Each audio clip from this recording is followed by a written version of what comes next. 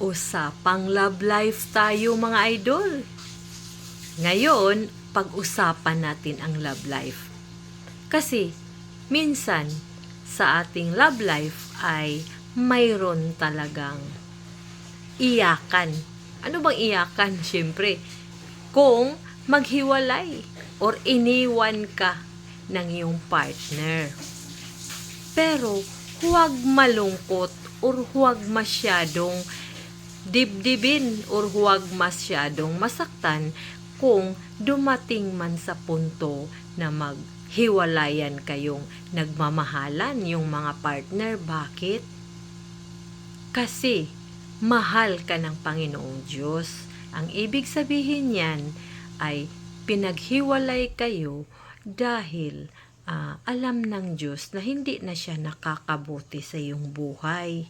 For example, sinasaktan ka niya palagi, nag-cheat siya palagi. So, hinayaan ng Panginoong Diyos na hiwalayin kayo or walain siya sa iyong buhay dahil hindi na nakakabuti para sa iyo. Bakit?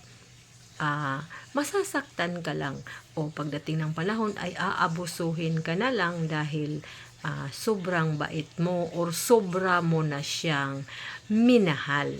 Katulad na din yan sa kaibigan. 'Di ba minsan napaka-close na natin sa ating kaibigan pero bigla na siyang magbago. Iiwanan ka niya, sisiraan ka niya sa ibang tao, mag-aaway na kayo sa iyong kaibigan. So, parang naghihiwalay na kayo ng landas sa iyong kaibigan. Think it positive na gusto ng Panginoong Diyos na ayaw niyang magtagal kayo sa pagiging magkaibigan dahil hindi siya mabuti para sa iyo. Aabusuhin ka lang din dahil sa kabaitan mo. 'Di ba? Minsan sa ating kaibigan, close na close tayo. Kung may gusto siya sa atin, hihingiin, bibigyan natin. Kung hindi natin mabigyan, magalit, 'di ba? Anong gagawin niya? O magtampo-tampo, hindi ka na i-message dahil hindi siya totoong kaibigan. Kaibigan lang siya kung may kailangan. So, yan. Napakasimpleng bagay. Siyempre masasaktan tayo. Magiging sa partner natin kung iiwanan tayo.